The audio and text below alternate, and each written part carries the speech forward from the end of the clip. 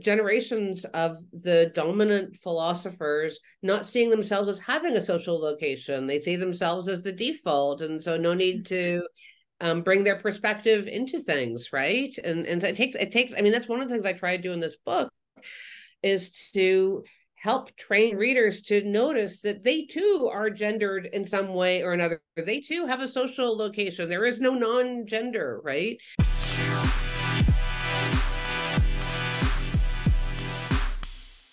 Want to listen to this Ivory Tower Boiler Room or True Crime in Academia episode ad-free? Head on over to our Patreon, where I'm giving you all 7 days of a free trial. So patreon.com/ Ivory Tower Boiler Room. And if you join the ITBR professor level, which you'll see gets you access to all of our rewatch podcast series like Queer as Folk and Smash, and all of our Teaches series, including when we rewatched Scream with you all, when we discussed The Exorcist. We're about to do a Britney Spears memoir episode. So, oh, and The Fall of the House of Usher is coming up. You also get access to both book clubs. And while you're at it, while you're joining our Patreon, where you're getting your 7 days for free, I would really love if you make sure you like and follow us on Apple or Spotify, and please leave a review. It really does help us in terms of advertisers and sponsors. Thank you all for listening to the Ivory Tower Boiler Room Network.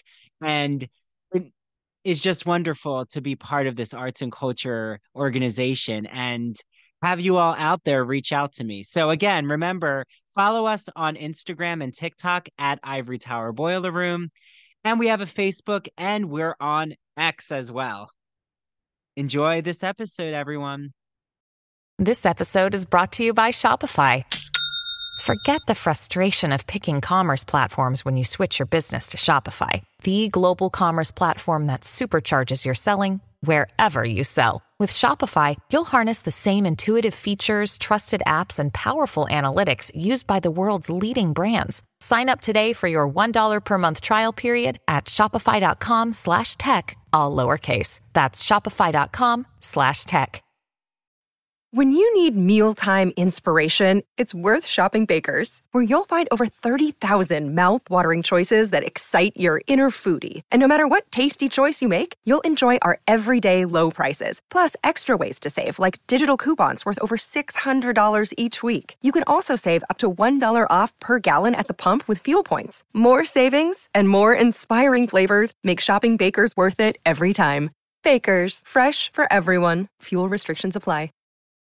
Your brain needs support, and new Ollie Brainy Chews are a delightful way to take care of your cognitive health. Made with scientifically backed ingredients like Thai ginger, L-theanine, and caffeine, Brainy Chews support healthy brain function and help you find your focus, stay chill, or get energized. Be kind to your mind and get these nootropic chews at ollie.com. That's OLLY.com. These statements have not been evaluated by the Food and Drug Administration. This product is not intended to diagnose, treat, cure, or prevent any disease. Hi, this is Dr. Andrew Rimby, and when I'm not here on the podcast, I am consulting with small businesses, undergraduate students, graduate students, podcasters, and those in media. So if you're curious about the work that I've done with my consultation services, you could just type me in on Google, Ivory Tower Boiler Room, and you'll see a few reviews pop up. I've worked on college admission essays for undergraduate students. I've revamped and expanded a small business's social media marketing campaign right here in Port Jefferson, New York. And I've also worked on a graduate student's thesis for her physician assistant program. So if you want to seek me out or inquire about my consultation services, just email me. That's the easiest way to reach me, at ivorytowerboilerroom@gmail.com. That's easy to remember. And 'tis the season for college admission essays, both undergraduate and graduate, thesis writing, dissertation writing. Do you want to create a podcast and you don't know where to begin? Media work, how to open a TikTok, how to start creating videos on TikTok, what to do with your Instagram. all of that I have done. So just reach out to me. Also, I'm really excited to announce that the December book club choice is Britney Spears' The Woman in Me memoir. So to join the book club, head to ivorytowerboilerroom.com and go to events, and you're going to see a form there. Just so I know how many of you are joining the book club, and that way I can reach out to each of your email addresses and poll all of you to see what date at the end of December works. It's going to be the week after Christmas, so don't worry. It's not going to be the week of Christmas. That would be hectic. And then I'll let you all know how to join the book club, which happens on Patreon. You just join under the ITBR book club section. So can't wait to see who wants to discuss Britney Spears. We have a lot to dissect there. And also, if you want to join the Wicked Broadway musical group event, which is happening in March, head to that event section on the website and fill out that Google form by December 1st. So much happening here in the Ivory Tower Boiler Room, and I love this community. I love being the host and director of this arts and culture organization. Thank you all for supporting me. It means so much. And please spread the word for my consultation services for the podcast, the book club, the Broadway musical, group event, all the things. And without further ado, here's today's episode.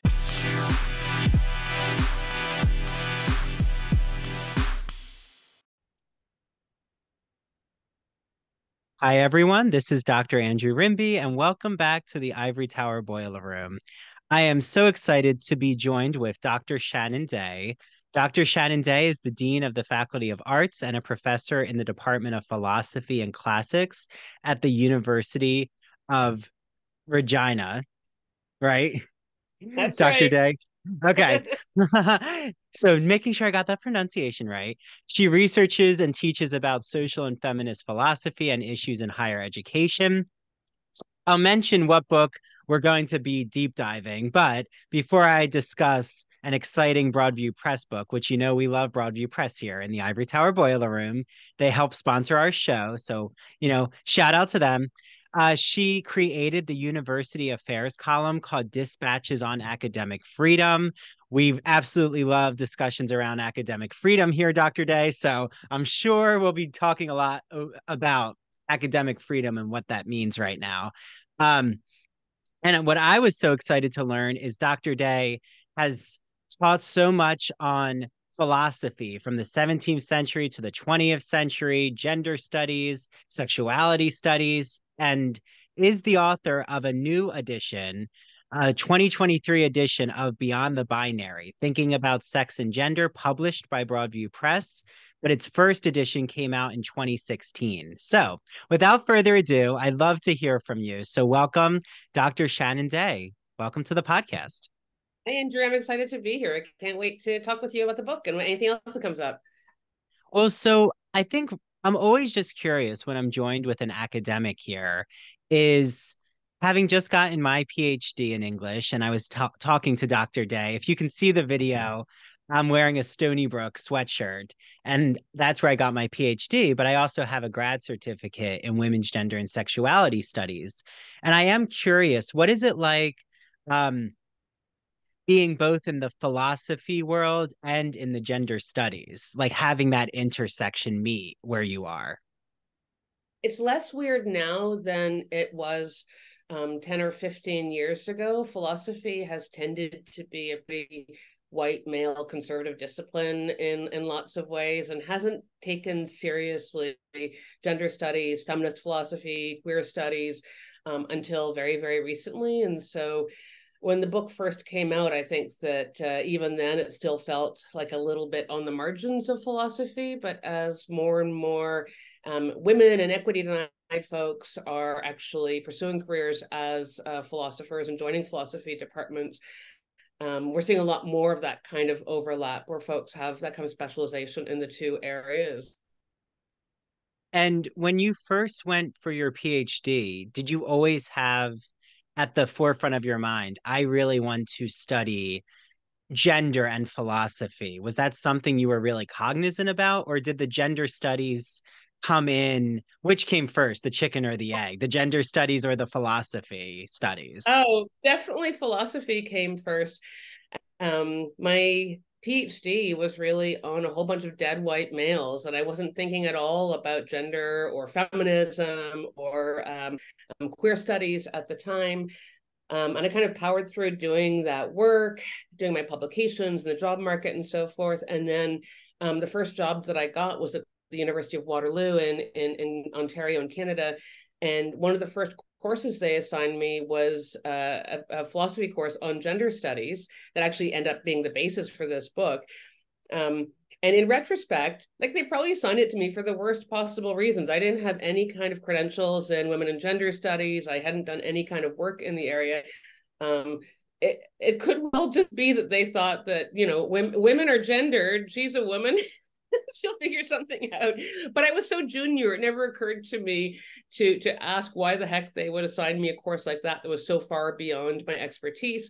And so I just threw myself in it, and that became a really exciting new journey for me. And I don't know how long it would have taken me to follow that path if they hadn't weirdly assigned me a course that was well beyond my expertise. That course was already on the books and had previously been taught as a kind of social and political philosophy course on issues around equity hiring and abortion rights and those sorts of really practical things.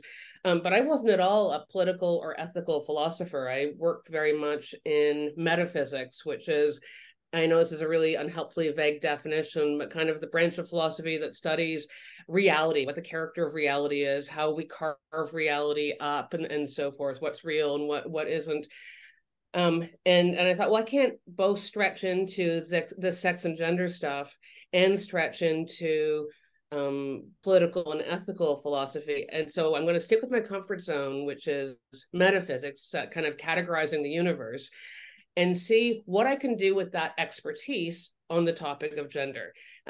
So that became the basis for a very new way of teaching the course, which was ultimately the basis for this book, because you've read the book and you know that's exactly what happens in the book.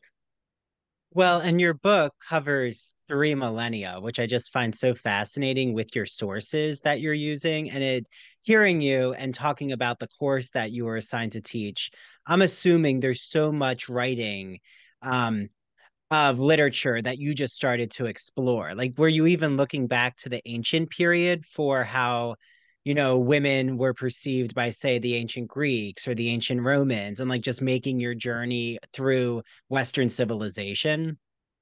I was, but I don't want to sound more methodical than it actually was. Like, genuinely, the way it started was with me crowdsourcing on Facebook. I went onto Facebook after I was assigned the course and told my Facebook friends, many of whom were philosophers, some of whom were gender studies scholars, some of whom were just folks, right? The story that I just told you, I've been assigned this course. It's beyond my expertise, but I'm going to make it about the metaphysics of sex and gender. What should I teach? What's cool to teach in that area? And people started sending me cool stuff, and I started just reading things they recommended to me. And then you know how it goes. You read one thing and then you read the works that it's citing, and you start to go down that rabbit hole. And so there were many rabbit holes at once. I think that had I actually, as a graduate student, decided to work on categories of sex and gender, I probably would have done a very different literature review. But I had a few months to pull a course together, and so I relied on my friends and colleagues to send cool stuff my way. But I think some of that 3 millennium stuff as well is that I really was trained not only as a metaphysician, but as an historian of philosophy. And so I had particular interest in mapping out for students the fact that gender didn't become something weird and controversial in like 1985, right? It's something that's been contested and close to our identities as long as there have been human beings. Well, and I think the philosopher in ancient Greek society, is it Hypatia? Or I remember there was even questions around whether she did the work she did in mathematics and questioning her authority. Like, that's not a new, like you're saying, concept. Even Socrates and those philosophers had, there's that whole, is Diotima a woman? Or article that David Halperin did. And like, oh no, she's not actually a woman. She's a figure. And it's fascinating, that work that happens in the ancient period. But I did want to ask, because there's so many listeners here, Shannon, if I can call you Shannon, I could. Yeah, of course. Okay. But there's so many listeners here who are from both the academic and just the general public who are so invested in questions around gender and sexuality that I'm always fascinated with what the general public is introduced to by public libraries. Like Estelle Friedman's work is widely available. I love that book she has with Superwoman on the cover. I think it's a history of feminism, but you probably know what I'm talking about. No Turning Back, I think, is the title. But then there's the more highly, we'll call it feminist theory, like Judith Butler or even Sarah Ahmed. And you have all of the specific Linda Zerilli, who's a political philosopher, the niches of academia and feminist theories. But then the broad public, they're sometimes just introduced to, say, a celebrity's memoir, like even how Paris Hilton thinks about feminism, whatever they're seeing in their new fiction or new memoir section. So, like, how is that something you've even seen with your students? Like, when they first come to the classroom, is there certain celebrity culture ideas about feminism they have? Or, like, what are they learning from the broad public compared to when they deep dive into the academic theories of feminism? Well, I want to be clear that when most of my students come to the classroom, to the gender studies classroom, right, it depends on what course you're teaching. But when I teach a class on gender studies, gender issues, there's a real selection effect. That's the term for when you get a non-representative sample group because there's something about the situation that's drawn certain kinds of people. In this case, I obviously end up with lots of students who are interested for various reasons in gender and sex and sexual orientation, very often from their own lived experience.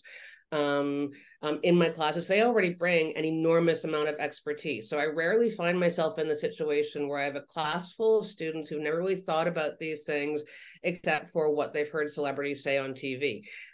Now, many of these students who are antecedently really interested in sex and gender are also therefore really interested in sex and gender as it's represented and as it plays out on media.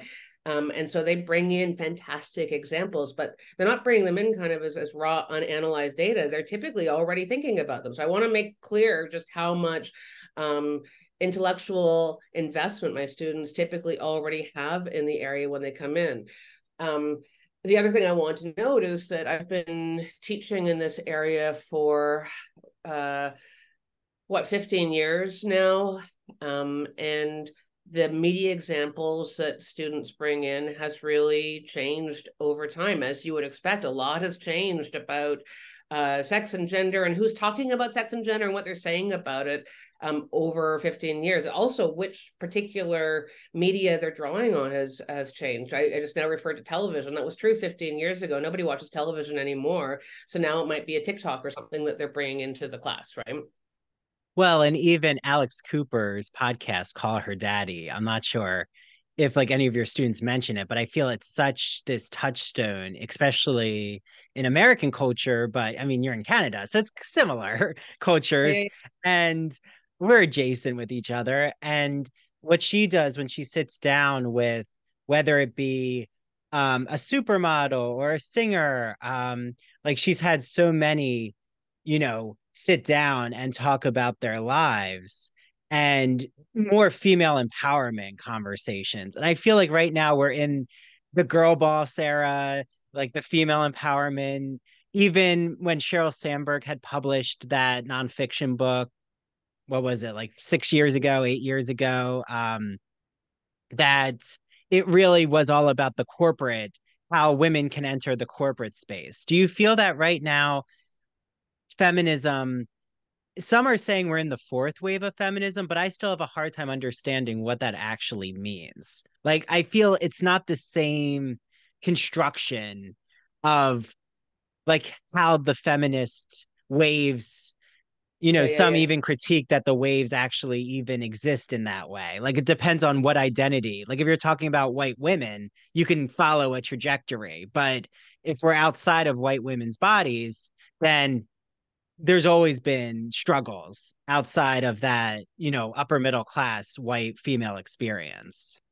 Totally. And I was going to say, the closer you get to thinking through the waves, the more skeptical you become of the wave analogy at all, and the more aware you become of the kind of black hole of white feminism, right? That sucks everything in and it effaces the kind of difference that I hope in this wave or not wave, whatever it is, I hope we're doing a better job of centering on. But I think that the other thing about our current time is that we're more than ever polarized by geography, and that's true in both the US and Canada, where we typically in urban centers, we have folks who are doing a much better job of centering on the perspectives and lived experiences of equity denied folks, whether that's equity denied in virtue of racialization, indigenization, queerness, etc. And in the rural areas, we're seeing, I think, more resistance than we've seen for 20 years or more to differences in embodiment and to the authority of the folks who are speaking from those differences of embodiment. We're seeing some really difficult polarization right now. And a lot of these works, even, I'm not sure if you read The Trouble with White Women, but I thought that was a fascinating book. Okay. Yeah, but there's like so much, well, you know, how much is published in popular presses and academic presses. So you're like trying to keep up. And that's something about why I love these interviews, because I'm always like on my deep dive. But I say to everyone out there, just go to your public library and like look at the feminist, the gender studies section and queer studies. And it is interesting to see what's being disseminated at the library, at a Barnes and Noble. I'm not sure if you have Barnes and Noble in Canada. I think you do. I But don't know if we do either, but we know what they are. okay, you know what it is. Okay. But I love what you're saying, Shannon, which is like this work, even we're seeing it in current films or new novels. There's on Hulu, the show The Other Black Girl is about to premiere. And I think that's a really fascinating account of even how a white female empowered presence can seem unsettling to a woman of color. Like that now TV and film is starting to look at you know, what are they talking about when they're talking about consciousness raising with women? Like, are they including all women? But this is not, like you've said, a new concept. This is something Sojourner Truth even was questioning, or any of the women of color at Seneca Falls. Harriet Jacobs was questioning white women's tears in her narrative about slavery. So, do you think that right now, like you're saying, there is this geographic divide?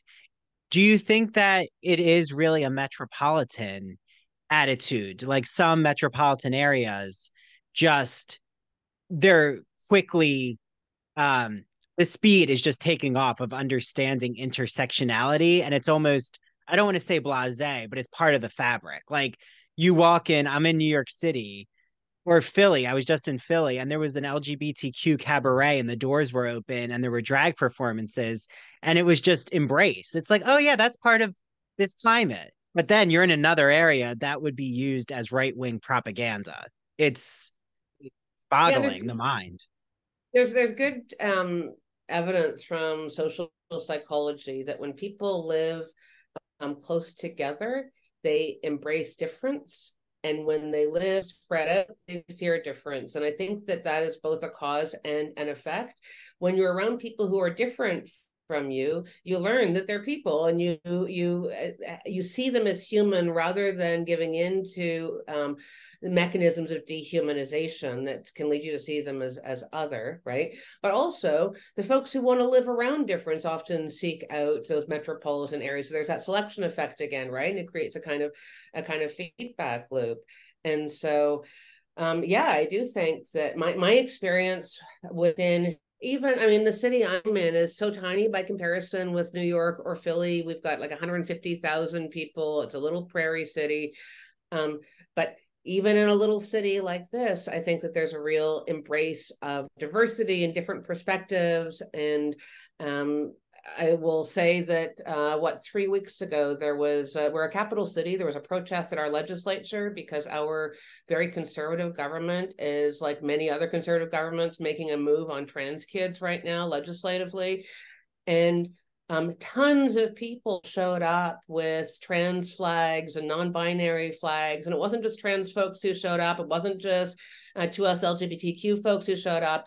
It was the whole city and people who came in from other cities as well, who showed up to stand in solidarity and to form a really diverse solidarity response, right? And I think much as that was forced on us by a really terrible legislative situation, I don't think we would have seen it 20 years ago, right? So I think that we are in the cities becoming more cosmopolitan, as you say.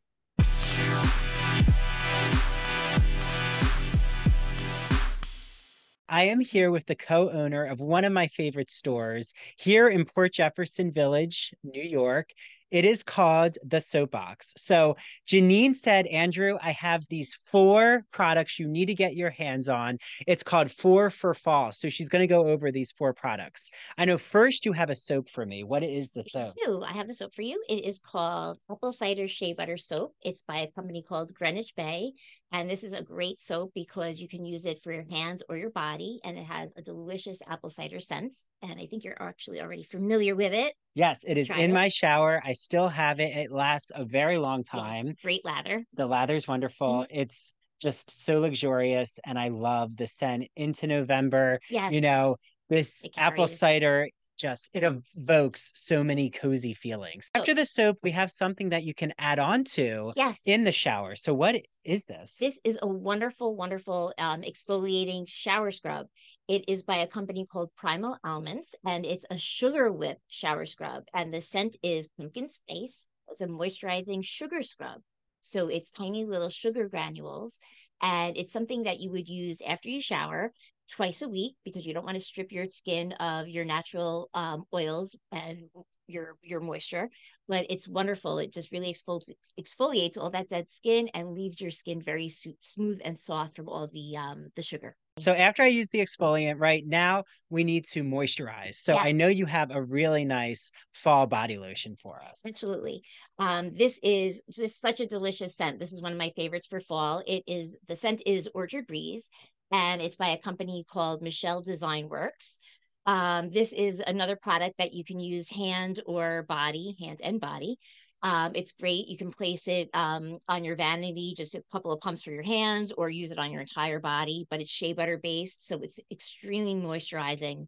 It's just wonderful, and the scent is just lovely. We need something more deep for our face. Everyone wants face masks, and I know that you absolutely love this company and this brand. This is one of my favorite masks by one of my favorite companies that we carry and we support. The company is called Farmhouse Fresh, and they're right out of Texas. The mask is called Splendid Dirt, and it's a nutrient-rich mud mask. It consists of pumpkin puree, and the benefits of this mask, it's a pore minimizer, a radiance booster, and a skin degunker. So it's an all-around great mask. If you really want a boost of radiance, it brightens your skin, and it really cleanses your pores. If they live on Long Island or near Long Island, what is your address for them to come into the store? We're located at 18 Chandler Square in Port Jefferson, New York, right in the village. And if you can't make it, you have to come in because we just have so much fun stuff in here, so many wonderful products. But if you can't make it in, please give us a call. We're more than happy to ship any of these wonderful products to you. Call us at 631-509-1424. You could always reach us on Instagram at The Soapbox NY, or you could always check us out on our website, Soapbox NY. And there's so many ways to access your products. Many ways to reach us. And Janine is more than happy, and Mariana, the other co-owner, my mom, actually. Yes, my mother, are so willing to take your orders via phone, via Instagram. And I can't wait for everyone else to enjoy these luxurious products. LGBT stories are universal, but each one speaks to the individual heart and soul of the writer telling it. Do you have a story to tell? Or have you been moved by an LGBT book, film, painting, television show, or other form of media? Then the Gay and Lesbian Review wants to hear from you. The GNLR believes in bringing awareness to queer art and artists through reviews, commentary, and thought pieces in which the author relates their personal lives to a particular piece of art, a novel, a movie. In addition to the print magazine, the GNLR also publishes articles on its blog. So you can see all of this on glreview.org. That's glreview.org. Remember, you get 50% off your subscription of the GL Review magazine when you use the promo code ITBR50. That's 50% off your print or digital subscription when you use promo code ITBR50. To learn more about submitting an article for the GNLR, visit their writer's guidelines. The link is located at the bottom of their homepage. And if you have any questions, email Stephen Hemrick. That's STEPHEN.HEMRICK at glreview.org. The GNLR and its readers can't wait to see what you have to say.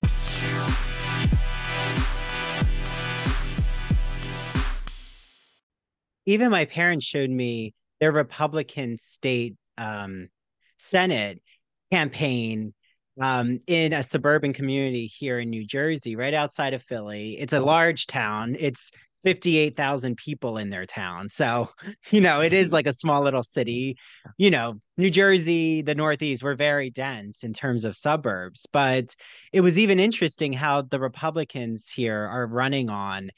They're like, this Democrat is nuts because he wants sex ed taught to first and second graders. It was just all of these talking points that is fear mongering and not based in reality.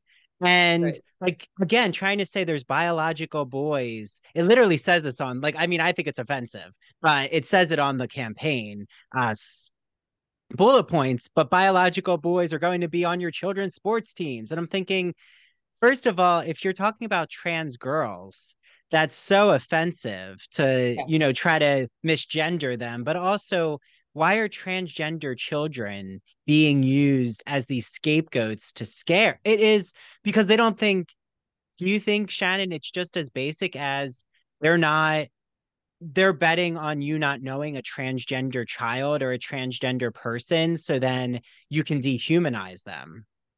Well, it's two things. I think you're right. That's betting on you not knowing a transgender person, so it's easy to dehumanize them.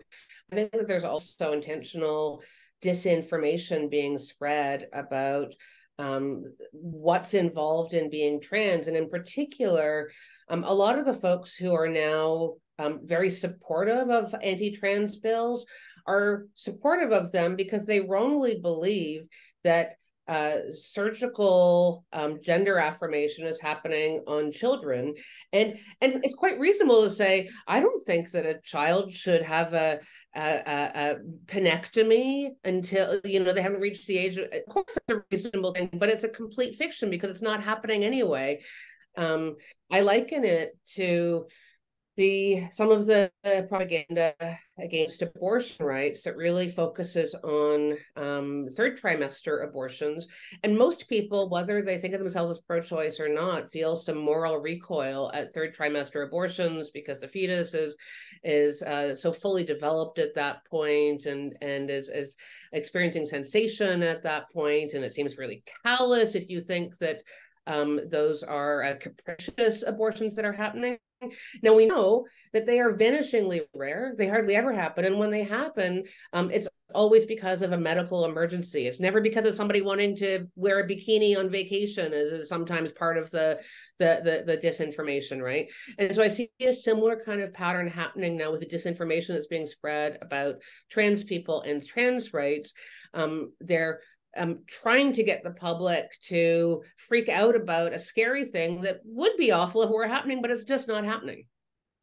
And this ties into Beyond the Binary, your work in it, which is even, I'm sure, right, with academic freedom, I always encourage, and I even have on the show, I just had an episode about Barbie, and I have two very different perspectives. One is more how the feminism in Barbie, like how we can contest, like, is it really moving the needle or is it relying on patriarchal stereotypes, right? Like, is it Sure, of course. thinking that the audience, it's so empowering, but what is it really doing with um women and men in the movie? Like, because I do think Barbie does show us male fragility in a way that we don't see a lot.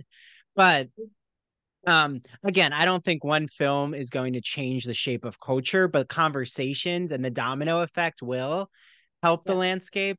But in your work, you do address, I'm thinking even with feminist philosophers, the debates that have gone on for, I mean, centuries, with even a Hannah Arendt compared to Ayn Rand, and how different they're viewing corporatization or women's roles in patriarchal society. That, what are you thinking about even women who are spreading transphobia, but they're doing it in the face of saying they're for women?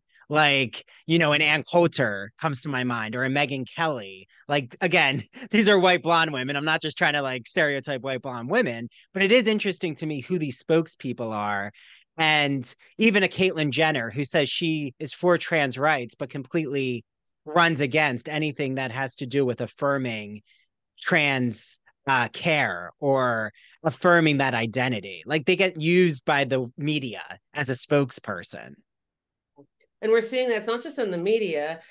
We're seeing that in philosophy in particular. I mean, most of your listeners are going to care more about the media than about philosophy, but the philosophy part is close to my heart. There's been a big division in the last 3 or so years in academic philosophy between folks who call themselves gender critical feminists. They are sometimes referred to as trans exclusionary radical feminists, so TERFs. They don't like to be called TERFs. They've been calling themselves gender critical. And those of us who are either trans feminists or trans inclusive feminists and so forth, that's become a really heated, painful divide within philosophy as well. And one of the things that makes it really complicated, and maybe my answer here, the microcosm for a larger question, is that those gender critical feminists who are themselves women scholars will very often respond to trans positive feminists and either say that if they're women, they're self-hating women, or if they're men, they're misogynists, and that's why they're trying to silence these gender critical feminists. And so there's a kind of twisting of the authority that comes with social location in virtue of the fact that they're women. So they should get to speak on behalf of women is kind of the claim. And that just makes those debates more painful and complicated. There's way more invective and kind of ad hominems being thrown around because, if a, for instance, male philosopher wades in and says, well, this is actually hateful rhetoric, not robust philosophy, they say, yes, you're just a misogynist trying to silence a woman, right? So they're kind of using the language of feminism to defend themselves. I honestly, with the Ann Coulters of the world, like, they're just bad people, and so it's easy for me to understand why Megyn Kelly or Ann Coulter would take a terrible view. Like, their whole deal is taking terrible views. That's easy enough to understand. But with some of the more sincere women who think of themselves as feminists and who genuinely see trans people, and in particular trans women, as a threat to themselves, I struggle with how they arrive at that conclusion. The evidence simply isn't there. The kinds of threats that they often talk about are biological males in change rooms, biological males in prisons,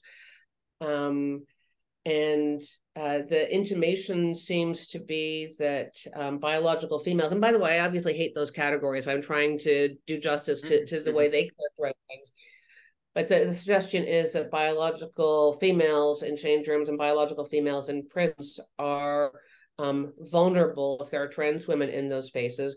But there's absolutely no empirical support for that view, right? And I don't know how folks arrive at embracing that view in full sincerity when there's just no evidence. And in fact, the evidence is to the contrary, that trans women, nobody is more endangered in a bathroom or a change room or a prison than a trans woman is, right? The rates of violence against trans women in those spaces remains terrible. And so there's a kind of double irony of the folks who are statistically the most often the victims being cast as the threats and the aggressors. I don't know how we get there. I know how Ann Coulter gets there. She's terrible.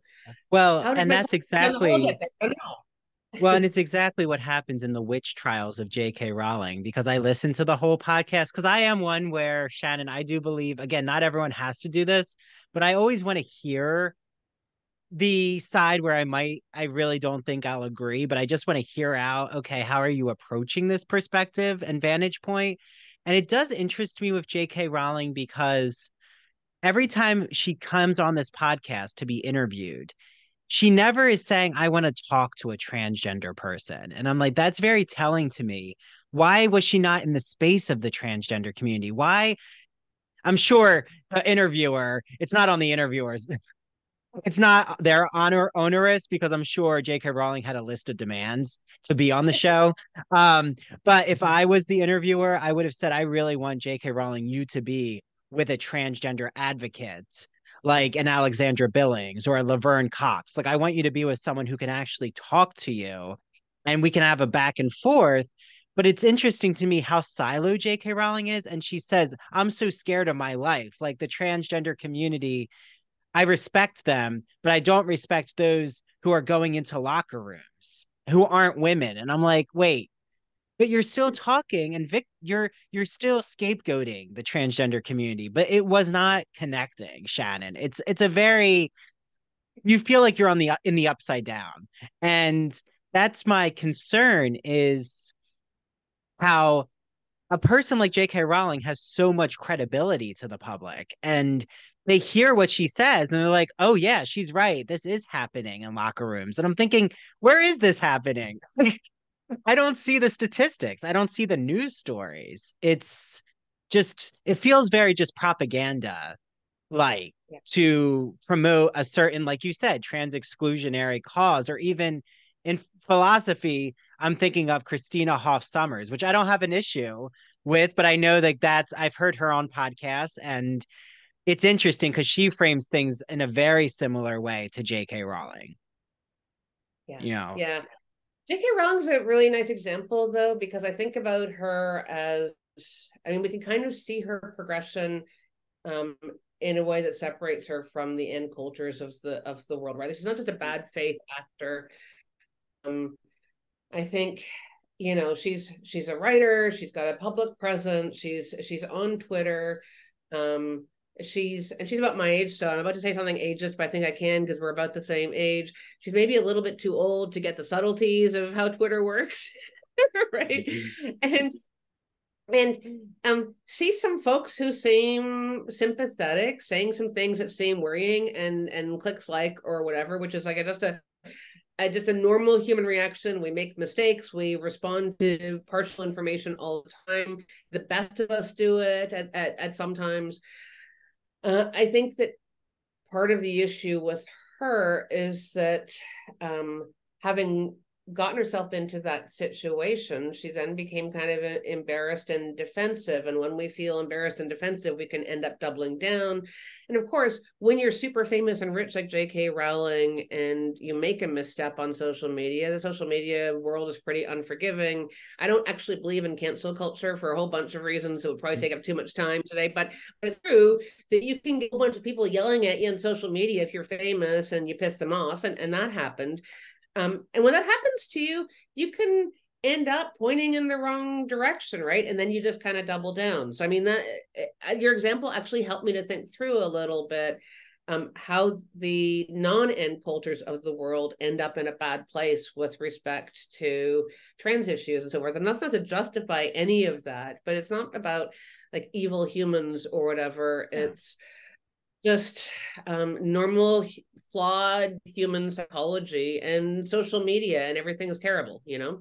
Well, and I'm going to step in it too. I mean, I think that there's a part right now, Shannon, and I'm not sure if you're seeing this with even the academic community, but I feel like in academia, there's been a lot of self-censoring, like really, really nervous to be vulnerable, like really nervous of using certain language or, saying I can't be open about certain topics. And that's why I will listen to, again, I'm not like only trying to bring airtime to, there's a lot of like the Laverne Cox show I absolutely love. I think there's so many wonderful podcasts, like even what NPR does with some of their conversations, I think is really well done. But I also do learn a lot from those that I critique because I think it's interesting to hear their perspectives. And because then I'm not always having my views mirrored and thinking of, well, why do I believe what I believe philosophically? And there's this show called, it's done now, I think, the podcast, but it's still up. And it's called The Femsplainers. And it was done by Danielle Crittenden, a journalist, and Christina Hoff Sommers. But there was like an interesting moment where they talk a lot about um, academic liberalism. Like, I think I've heard this so much that academics are liberal, but they're liberal, but they're not open to debates in the classroom, or they kind of, it's a type of liberalism that seems tokenizing. And you hear these critiques a lot about academic feminism. And I was just wondering, Shannon, especially with your work Beyond the Binary, how has it been to really talk about these controversies in the classroom? Like, do you feel that there's a lot of support right now for that, or there's almost a backing away from certain topics because of a fear of backlash, or, a faculty member thinking they're going to put their foot in their mouth, especially if they're not from a marginalized community and they're trying to, say, be an ally in the classroom and they're really worried about how it's going to come off? Oh, so many answers. Let me say, I want to first focus a bit on students, and then I'll turn to your question about faculty members maybe self-censoring. In my own experience in the classroom, what I do in the first couple of weeks of the class is get the students to work together through an iterative process. We don't do it in 5 minutes. We work on it a little bit, then we sleep on it, then we come back to it. But we work together to come up with a kind of set of principles or guidelines. And I say we, but I'm just the master of ceremonies. The students are the ones writing them. And the reason for all of for this work is because we agree from the outset that we're going to learn a lot more if we cultivate a classroom in which people can share their own lived experience, their own perspectives. We know that gender is really close to people's sense of self, their moral selves, their religious selves, and that there's going to be disagreement and different experiences in the classroom. And that it's super, super vulnerable to share those things. And so we spend a couple of weeks learning about the value of sharing those things, and then the students coming up with a kind of the terms for how they're going to share them with each other, and then still be friends afterwards, and not have it degenerate into a big fight. And that works really well. I've had students share a range of really different perspectives. I mean, this claim that academia is all just a monolithic leftism is just false. Students from a range of different backgrounds can and do share their views. Profs from a range of different backgrounds can and do share their views. As for whether profs are self-censoring, I think that we are, for a range of reasons, some of them good and some of them not so good. I think that like cis white women like me have become hopefully much more aware of the privilege that we carry in this world and how overrepresented our voices are. And so very often when I'm teaching, there will be moments where I purposely hold back on something because my voice is already overrepresented. So that's not, I wouldn't characterize that as self-censorship. I would characterize that as judgment, right? Pedagogical judgment, and trying to ensure that one perspective isn't too dominant, right?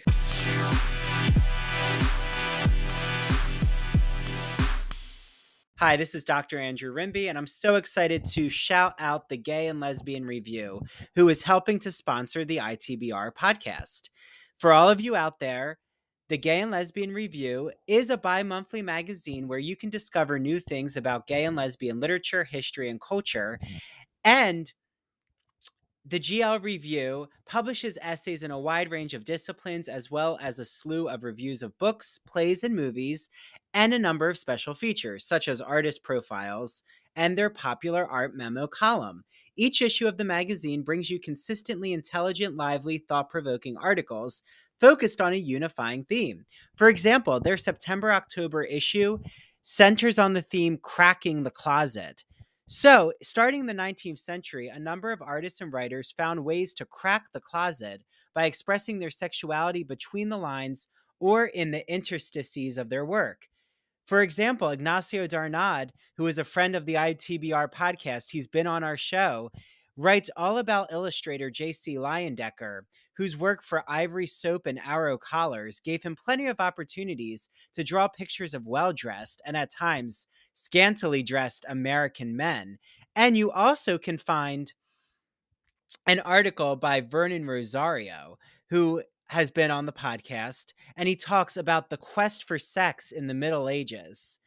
So, to subscribe, visit glreview.org. That's glreview.org. Click subscribe. So on their website, go all the way over to the right-hand side and you'll see the button subscribe. Click subscribe and enter the promo code ITBR50 because you're getting 50% off your subscription to the print or digital edition of the Gay and Lesbian Review magazine. I can't wait for you all to have your copy of the Gay and Lesbian Review magazine, and make sure that you take a picture when your magazine arrives or when you're reading it online and tag the GL Review on Instagram and ITBR, and we'll share it out in our stories. Enjoy your reading, everyone. Hi, everyone. This is Dr. Andrew Rimby, and I am so excited to be talking about Broadview Press. You might be asking, what is Broadview Press, Andrew? Broadview is an independent academic publisher in the humanities that produces high-quality, pedagogically useful books for use in university and college classrooms. They publish in the humanities, mainly English studies, writing, philosophy, and history, just to name a few genres. And recently, I had on Dr. Jason Holt, who wrote all about the philosophy of sport. And what better summer episode than to talk about what happens when a philosopher dissects the beautiful aesthetics of sporting culture. In the spring, I had on Doctors Kyle Stedman and Tanya Rodriguez to talk about what is sound writing, how to make audio projects in the college classroom, how to even have your students create podcasts. And then in the winter, I had on Dr. Jeffrey Weinstock. He talked about analyzing pop culture. Yes, I even sneak in some Real Housewives questions and how to teach composition and make it fun. He uses this whole metaphor about being a mad scientist in this Gothic lab.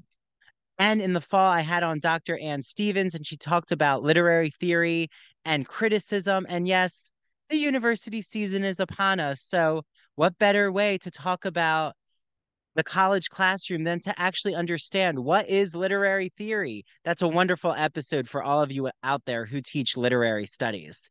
I love Broadview Press. Make sure you use their exclusive code. It's Ivory Tower on broadviewpress.com. You get 20% off all Broadview Press publications. Okay, until the next Broadview Press interview. And now back to the Ivory Tower Boiler Room.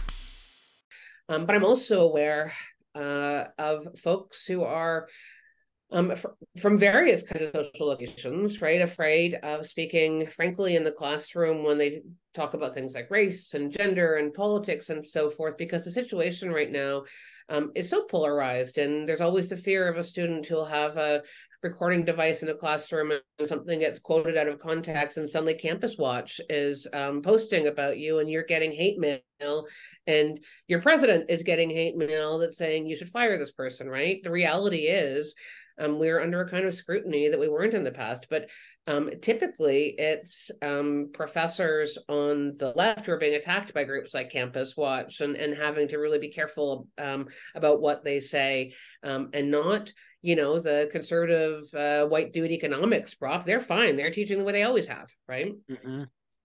Or engineering school. Yeah, it is. I feel that the humanities right now, because of characters and narratives and arts and culture topics, this is where we're really just shifting in our culture with thinking about representation. Representation happens in the humanities, in my opinion. I mean, the science does have representation with questions that are asked, say, in a calculus class, like, who's the person who is part of the equation and described in this mathematical experiment. You know what I'm saying? Like, there could be representation of people and bodies, but it's not the same hard-hitting nuance. And I think what you said, Shannon, makes a lot of sense.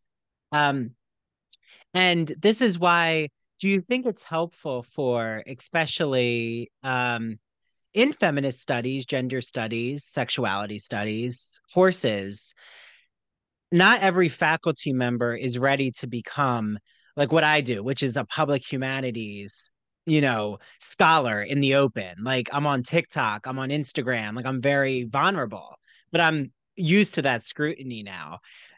I think, though, there is a push for faculty to start to get a public image and a brand. Like, you are Dr. Shannon Dea, and Dr. Shannon Dea is her own entity who has her own brand. Are faculty ready for that? Like, are they even trained to really start to see themselves as a brand with their own freedom of expression? Like, whatever they say represents their own image and their own talking points. Certainly not trained for. I mean, there are very few faculty who are trained to do public scholarship or media engagement or anything like that. And that can then create a kind of phenomenon where somebody goes out there a little bit unprepared, gets some backlash, and then really wants to pull back from it afterwards. Or maybe in the case of somebody, analogous with what we were saying with oh my God, I've forgotten her name. I can't believe I've forgotten her name. It's the Harry Potter woman.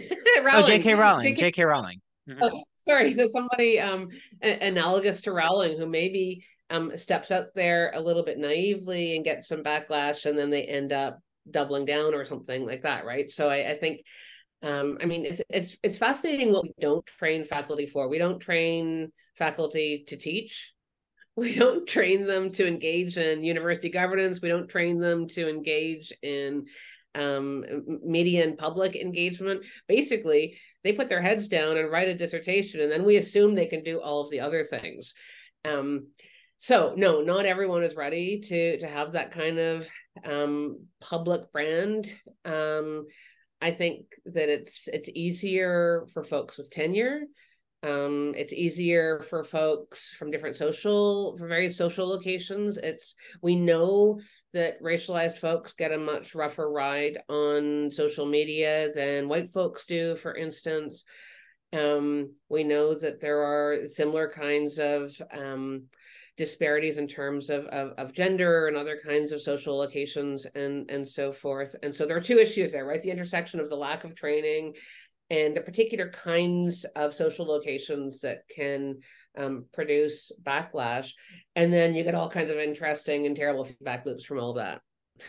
Yeah. Well, and I also find that because there isn't training in media, I mean, this is where I'm advocating now, Shannon.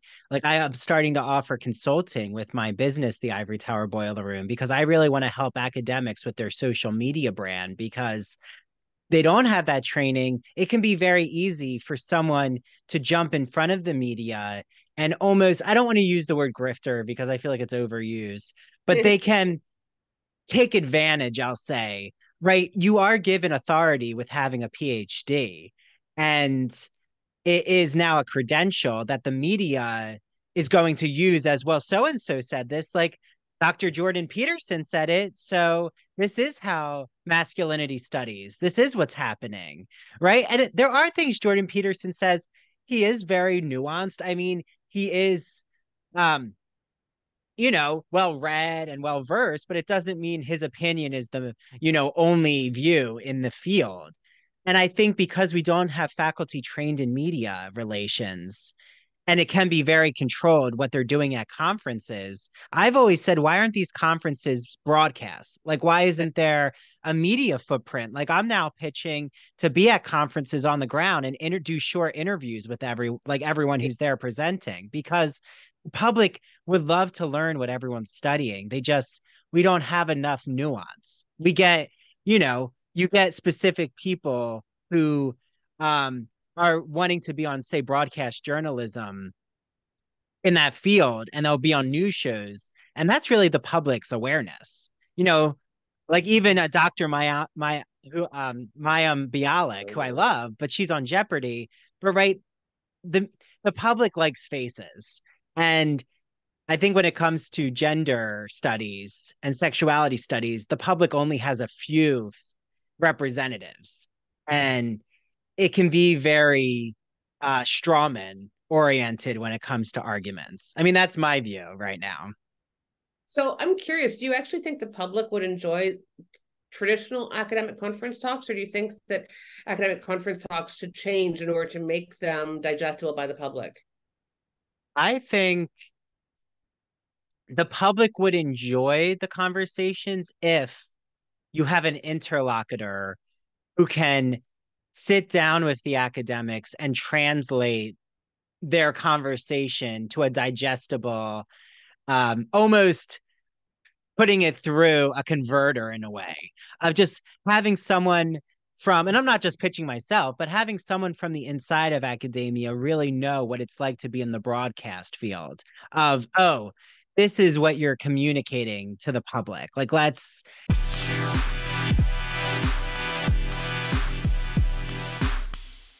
Imagine that you're riding the Turner Classic Movie Great Movie Ride in Hollywood studios. It's in the 1990s. As you're journeying through the Great Movie Ride, you pass the Wizard of Oz, where all of a sudden you see the Wicked Witch of the West ascend into Munchkinland in a cloud of smoke and flames. Well, that's the memory I have with the Great Movie Ride in classic cinema when I was at Disney in the 1990s as a young boy. And ever since that, I was hooked on classic cinema.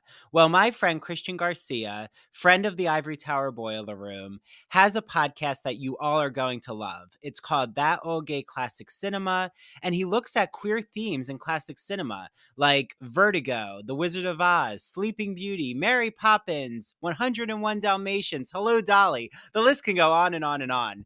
So follow him on Instagram at That Old Gay Classic Cinema. You can listen to his podcast on Apple and Spotify. And he also is on the premiere episode of our Queer as Folk podcast, where I'm rewatching every episode of Queer as Folk from 2000. And the episodes come out bi-weekly. So make sure you listen to his episode with me. And he's launching a rewatch show of Smash, where they're putting on a Marilyn Monroe musical. So he's going to be joined by co-hosts, a lot who are in the Broadway and theater industry, and I'm going to be on his first episode. So without further ado, get listening to That Old Gay Classic Cinema. Enjoy. Hi, everyone. Happy almost holiday season. Because the holidays are upon us, I'm sure so many of you out there are thinking, oh my, what am I going to get my friends, my family, my children, my romantic partner, my husband, my wife, any, significant person in your life?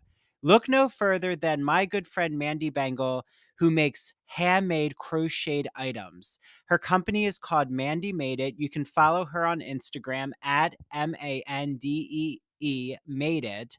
And you will see all of these crocheted items that she's going to be able to customize for you, including special characters, sports team figures, even holiday items like a snowflake or a Christmas tree.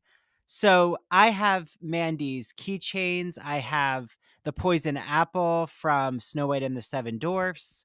I have a rainbow flag that she made me. So Mandy is able to really customize an order just depending on what your hobbies and passions are and, what item you're really looking for. So because you're listening to me talk about Mandy, she said that anyone who goes to Mandy Made It on Instagram and orders from her and they've heard the Ivory Tower Boiler Room ad, she will give you all a free Ivory Tower Boiler Room t-shirt with your order. So head right now to Mandy Made It. If you were really looking for that special gift, now you don't have to look any further because I have you covered with Mandy Made It. Okay, I hope you all enjoy your items from Mandy Made It.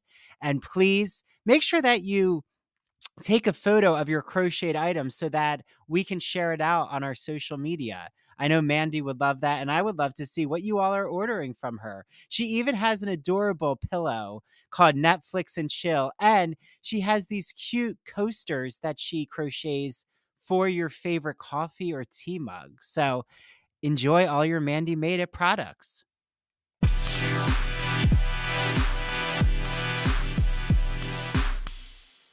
I always say my hardest interviews here, Shannon, are with academics who are I'll say of a traditional vanguard, not trying to be ageist. And they're used to the lecture model. Like I can really tell someone who's on a lecture model, and then I have to really stop and cut in. And eventually we do get to some really wonderful points, but I think some are so concerned of getting everything concise that it can become really drawn out. And Yeah. but that's where the public, they don't want the drawn out, but they do want the, Shannon, what is it like being a philosopher of gender? And having done written Beyond the Binary, how are your students receiving that material? How are you changing your methods because of our current moment in 2023? Like there are ways of delivering that material to the public, in my opinion. The English speaking world is probably a little bit behind on that as well. Certainly in France and Quebec, what you're talking about has been common. As long as there's been media, there's been an appetite to hear from academics, and that's been a normal thing. You think about some of the public debates between people like Derrida and Foucault and so forth. You wouldn't see the equivalent to that in English language scholarship, and I don't know why. There's so little of a tradition of very public scholarship in the English language world, but I'm grateful for folks like you who are trying to make it a thing.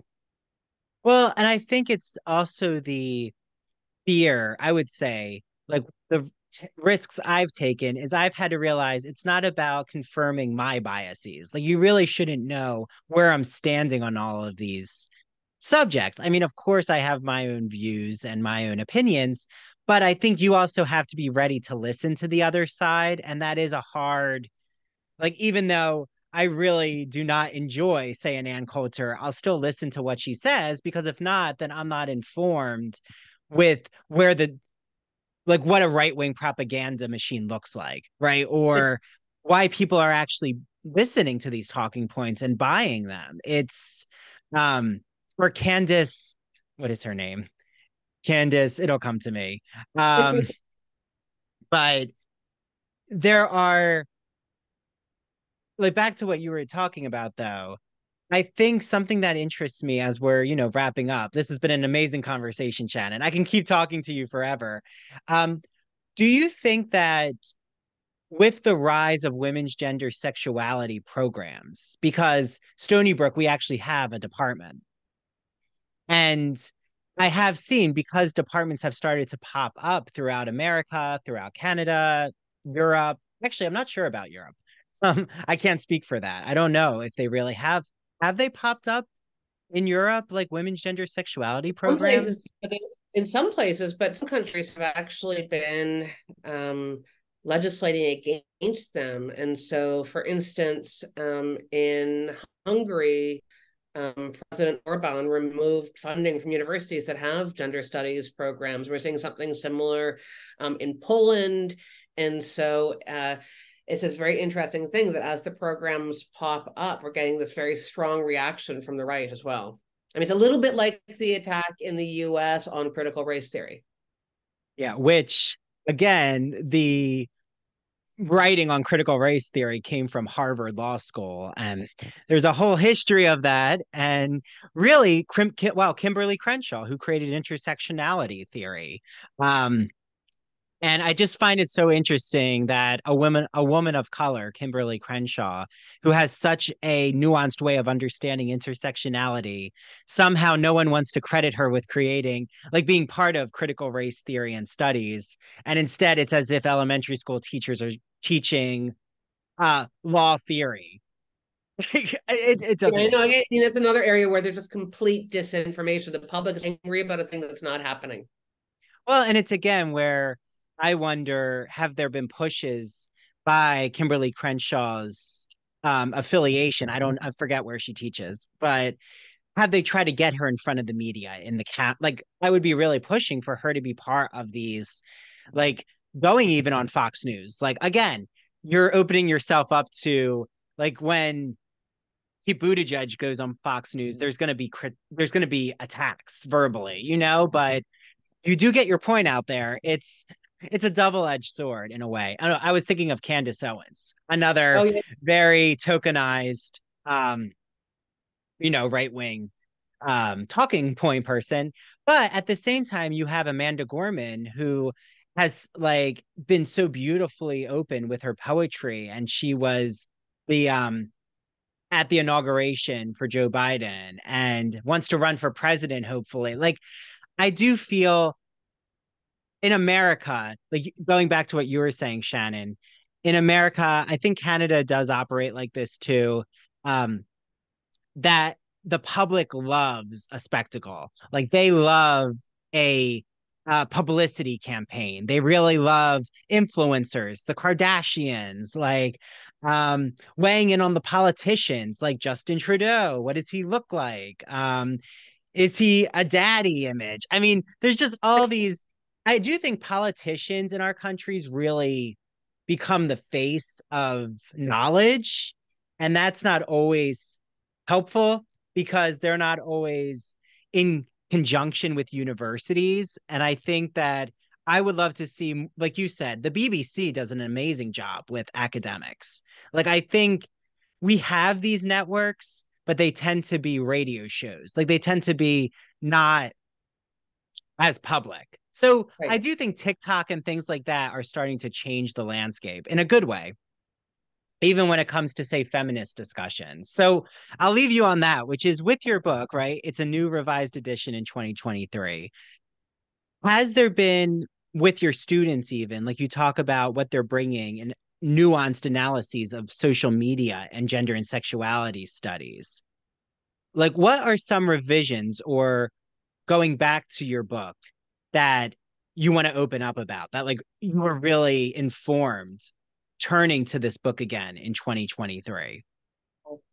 Thanks for asking. The two biggest changes I made were in doing a much better job of bringing in Black, Brown, and Indigenous scholars' voices and perspectives, and doing a much better job of discussing trans issues and bringing in trans scholars in particular. And the book is a lot longer now because of a lot of additional material I added in those areas. I earlier referred to philosophy as kind of white male and conservative, and that's the culture in which I came up as a young scholar. And one of the features of kind of Anglo-American philosophy is a sort of naive valorization of the notion of objectivity, and so philosophers have a tendency to think everything is fascinating and just to talk about everything as if it were something we could objectively discuss as fascinating without thinking about our living, breathing relationship with it. And so when I first started teaching the course and when I first wrote the book, I think it was organized much more around, here's this fascinating category, here's this fascinating category. And I wasn't paying enough attention to the living, breathing people who occupy those categories, and who constitute those categories and think about them themselves. They're not like exhibits in a museum, right? And I became really aware of the need to bring in a lot more of those voices, those lived experiences, and that scholarship deriving from lived experience, probably 2 years after the book came out, and was really happy when Broadview offered me a chance to make those changes. They were also wonderful in assigning sensitivity readers to the book who are, again, scholars in the area, who are themselves in social locations where they have lived experience of transness and Blackness and so forth. And they were unbelievably generous with some suggestions about material I could include and how I can talk about different things. And so I think if I want folks to read any new material in particular, it would be chapters 6 and 8. So chapter 6 really brings in a lot of perspectives from Black and Brown and Indigenous communities in a way better way than the previous version of the book. And chapter 8 brings in a lot of those trans voices. And it's kind of, and some of those changes are inspired by the influence of Talia Mae Betcher, who's an American-Canadian trans philosopher who, at the heat of the culture wars and the gender wars, wrote a really important blog post that later became an article, in which she called out philosophers for treating trans people sometimes like tables and chairs. And what she meant by that is that philosophers, when we reach for examples, as philosophers, we often say, so let P be a chair, let T be a table, and we get really, we provide these really abstract examples, and she rightly called out philosophers for talking about trans people with the same kind of dispassionate approach that we would use with tables and chairs. And she was like, not tables and chairs. We are living these lives, and that matters. And I think that comes through in this version of the book much more strongly. So I'm really excited about that. Oh, thank you. Well, it's even why I've always loved my first reading of Sarah Ahmed's Queer Phenomenology. That's like my number one entryway into queer philosophy. I'm like, everyone, you need to read Queer Phenomenology. I mean, they also need to get, Shannon Dea's Beyond the Binary, but Jack Halberstam has Gaga Feminism. I mean, there's like just wonderful conversations, or even Sadia Hartman, her thinking on American culture, and I think it's Scenes of Subjection, or one of those works that she did is just incredible. Or even Toni Morrison's Playing in the Dark. Like, there are just some texts, and I'm so glad to hear you say that about the critiques even within philosophy, because I think so many people hear the word philosophy and they automatically go to sleep because they think they think the language isn't for them. Like, they think that it's so unattainable and it's this highbrow thinking, but anything you're reading has philosophy. Like, our lives are full of philosophical inquiries. And I think the disinterestedness is also a white male patriarchal, like a perspective of the educated class, like wanting almost you to think it's not attainable, like that you can't go to the public library to get the knowledge, but you can. And, I did want to ask for my last question, Shannon, is if you could, and I'm not asking you to play favorites, but with living and breathing, you mentioned living and breathing subjects and people, which living and breathing who you consider philosophers, and that could be any writer or thinker, like who would you recommend, like your top 3 right now? Like, who are 3, even in your book, that who are currently living, you would really want everyone to know, or who might not be on our radar? Okay, so I'm going to take advantage of your reference to Sadia Hartman, who's not a philosopher, but who I do draw on in the book. I think I would recommend anything by her. I've already mentioned Talia May Betcher. She's an absolutely brilliant trans philosopher. Oh, the third one's hard now because who am I going to leave out? Well, I was going to say, is there a male? Again, the men, it's not like men need to be entered in the conversation. I don't want that to be seen as my point here. But is there a male philosopher or a thinker that you would recommend who really is aligning themselves with feminist and queer inquiries? Hmm. Um,